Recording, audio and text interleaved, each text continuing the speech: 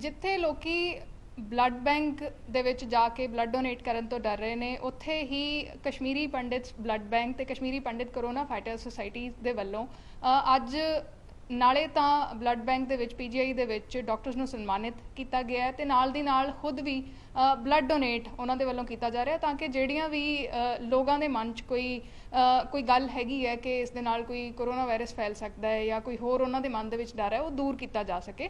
ਅਸੀਂ ਗੱਲ ਕਰਾਂਗੇ ਅਸ਼ਵਨੀ ਸਾਧੂ ਦੇ ਨਾਲ, ਜੋ ਇਸ ਆਰਗੇਨਾਈਜੇਸ਼ਨ ਦੇ ਫਾਊਂਡਰ ਵੀ ਨੇ। ਪੂਰੇ ਇੰਡੀਆ ਦੇ ਵਿੱਚ ਉਹ ਅੱਜ ਡਾਕਟਰਸ ਨੂੰ ਸਨਮਾਨਿਤ ਕਰ ਰਹੇ ਨੇ, ਖਾਸ ਕਰਕੇ ਕਿਉਂਕਿ ਕਰੋਨਾ ਵਾਇਰਸ ਦੇ ਨਾਲ ਡਾਕਟਰਸ ਦੇ ਵੱਲੋਂ ਜਿਸ ਕਿਸਮ ਦੀ ਜੰਗ ਲੜੀ ਜਾ ਰਹੀ ਹੈ ਉਸ ਦੇ ਤਹਿਤ। ਸਰ, ਕੀ ਇਨੀਸ਼ੀਏਟਿਵ, ਕਿਵੇਂ ਤੁਸੀਂ ਇਹ ਇਨੀਸ਼ੀਏਟਿਵ ਲਿਆ, ਕੀ ਚੀਜ਼ਾਂ ਤੁਹਾਡੇ ਮਨ ਦੇ ਵਿੱਚ ਆਈਆਂ, ਕਿਉਂਕਿ ਵਾਰ-ਵਾਰ ਇਹ ਗੱਲ ਆ ਰਹੀ ਹੈ ਕਿ ਬਲੱਡ ਦੇਣ ਤੋਂ ਲੋਕੀ ਡਰ ਰਹੇ ਨੇ।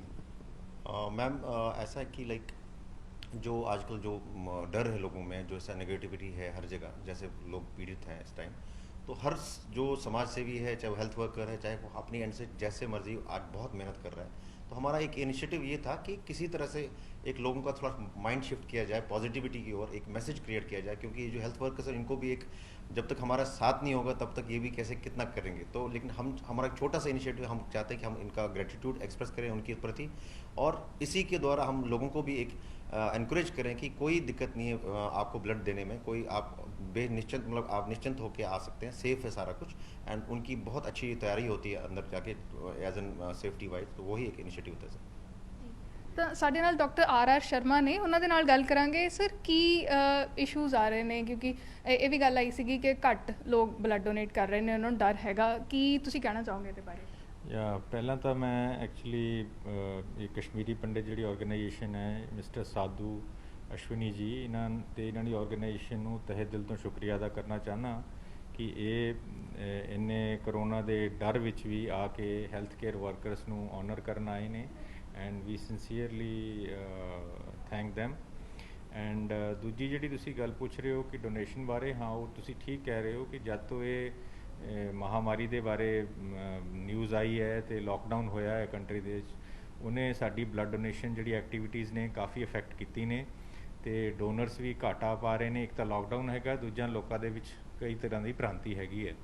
ਬਟ ਪਹਿਲਾਂ ਵੀ ਆਪਾਂ ਨਿਊਜ਼ ਚੈਨਲ, ਤੁਹਾਡੇ ਨਿਊਜ਼ ਚੈਨਲ ਦੇ ਥਰੂ ਕਲੀਅਰ ਕਰ ਚੁੱਕੇ ਹਾਂ ਕਿ ਇਹ ਜਿਹੜਾ ਵਾਇਰਸ ਹੈ ਨਾ ਬਲੱਡ ਡੋਨੇਸ਼ਨ ਨਾਲ ਹੁੰਦਾ ਹੈ, ਨਾ ਇਹ ਬਲੱਡ ਦੇ ਥਰੂ ਕਿਸੇ ਮਰੀਜ਼ ਨੂੰ ਜਾਂਦਾ ਹੈ।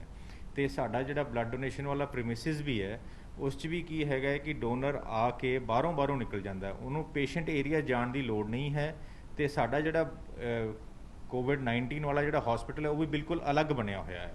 ਅਤੇ ਮੈਂ ਤੁਹਾਡੇ ਰਾਹੀਂ ਇਹ ਪਬਲਿਕ ਨੂੰ ਬਿਲਕੁਲ ਕਲੀਅਰ ਕਰਨਾ ਚਾਹੁੰਦਾ ਹਾਂ ਕਿ ਉਹ ਬਿਲਕੁਲ ਸੇਫ ਨੇ। ਅਗਰ ਬਲੱਡ ਡੋਨੇਸ਼ਨ ਕਰਨ ਆਉਂਦੇ ਨੇ ਅਤੇ ਉਹਨਾਂ ਨੂੰ ਆਉਣਾ ਵੀ ਚਾਹੀਦਾ, ਜਿਹੜੇ ਹੈਲਦੀ ਨੇ, ਅਤੇ they can contact our doctors, there are helpline numbers also, if they wish to come they can come and send us an email. ਆਪਾਂ ਉਹਨਾਂ ਨੂੰ ਕਰਫਿਊ ਪਾਸ ਵੀ ਭੇਜ ਦਿੰਦੇ ਹਾਂ, they can come with those passes also.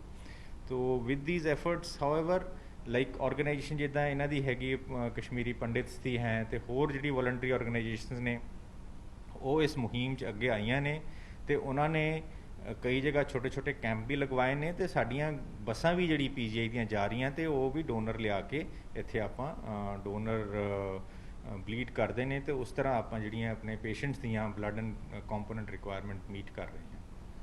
Doctor ਸੁਚੇਤ ਨਾਲ ਵੀ ਗੱਲ ਕਰਾਂਗੇ। ਸਰ, ਸਨਮਾਨਿਤ ਕੀਤਾ ਗਿਆ ਡਾਕਟਰਸ ਨੂੰ, ਖਾਸ ਕਰਕੇ ਵਾਰ-ਵਾਰ ਬਹੁਤ ਸਾਰੀਆਂ ਆਰਗੇਨਾਈਜੇਸ਼ਨ ਸਨਮਾਨ ਵੀ ਕਰ ਰਹੀਆਂ ਨੇ, ਉੱਥੇ ਹੀ ਬਹੁਤ ਸਾਰੇ ਡਾਕਟਰਸ ਨੂੰ ਪਰੇਸ਼ਾਨੀਆਂ ਵੀ ਆ ਰਹੀਆਂ ਨੇ। ਉਸ ਦੇ ਵਿੱਚ ਕਸ਼ਮੀਰੀ ਪੰਡਿਤਾਂ ਦੀ ਆਰਗੇਨਾਈਜੇਸ਼ਨ ਨੇ ਤੁਹਾਨੂੰ ਸਨਮਾਨਿਤ ਵੀ ਕੀਤਾ ਹੈ ਅਤੇ ਬਲੱਡ ਡੋਨੇਟ ਵੀ ਕਰ ਰਹੇ ਨੇ, ਅਤੇ ਨਾਲ ਲੋਕਾਂ ਦੇ ਵਿੱਚ ਕੋਈ ਅਗਰ ਵਹਿਮ ਹੈਗਾ ਉਸ ਨੂੰ ਦੂਰ ਕਰਨ ਦੀ ਕੋਸ਼ਿਸ਼ ਵੀ ਕਰ ਰਹੇ ਨੇ। ਕਿਵੇਂ ਦਾ ਲੱਗ ਰਿਹਾ? Thank you. First of all, yes, coronavirus pandemic has been a challenge for the blood services, but this is one unique place in the hospital which sees the blend of scientific person with societal mobilization. Societal mobilization in terms of the volunteer blood donor, which says, I volunteer to donate blood. So we have had people donating during the lockdown also, because this service could not be stopped because it is part of an essential services, and with all due precautions the blood donation activity is being conducted.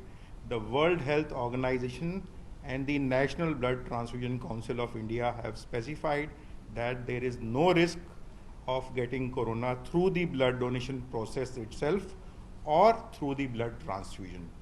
And we request donors to come forward during this period so that the needy patients can be helped, and innovative ways like the KP Blood Bank, the Kashmiri Pandit Blood Bank, they have devised, so they go to various places. This is not a static blood bank, it is a very dynamic force which goes and donates at army hospitals and other hospitals all across India.